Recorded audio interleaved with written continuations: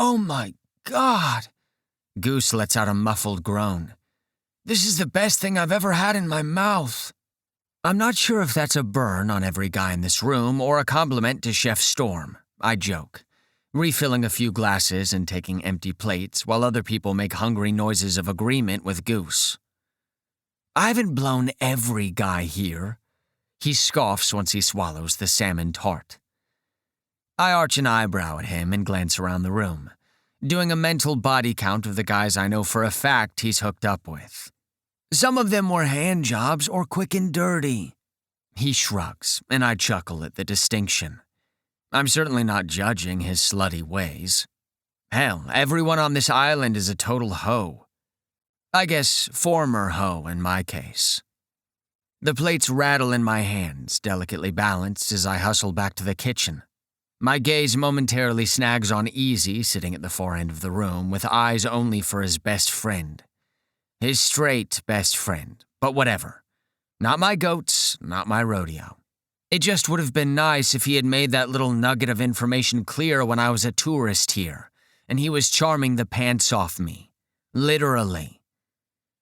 I slip into the kitchen and set the plates in the deep sink, wincing when they clatter. Careful, those aren't even ours, Storm says gruffly, right on cue, because of course he can't let a single slip-up pass without comment. Sorry, Chef, I'll be more careful. He grunts in acknowledgement, never taking his attention away from the swordfish he's tending to with intense focus. It makes me wonder what he's like in bed.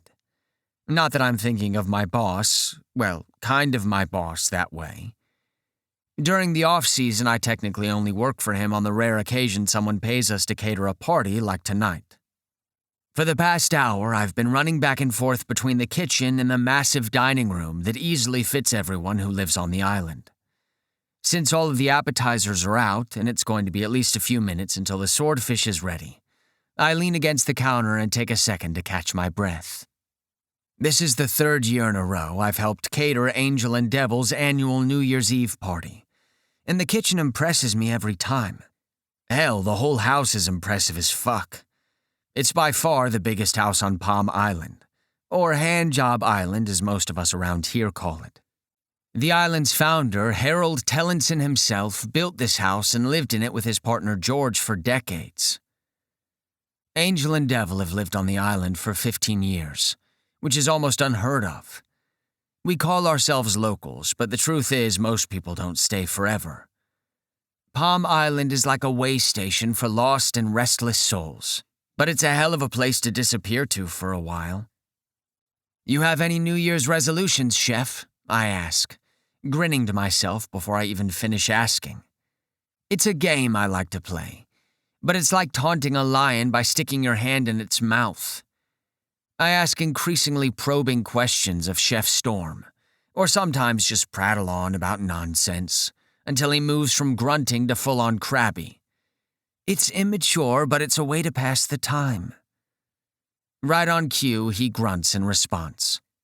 I've been thinking I really need to resolve to put myself back out there again. You know, sexually, I confess. He makes another irritated noise in the back of his throat. Imagine the horror of walking around knowing that Easy was the last guy you had sex with. I give an exaggerated shiver and then laugh, using it to mask the embarrassment that's creeping up from the pit of my stomach. Why am I telling him any of this? Teasing him with personal shit is one thing, but I get enough flack for what happened with Easy as it is.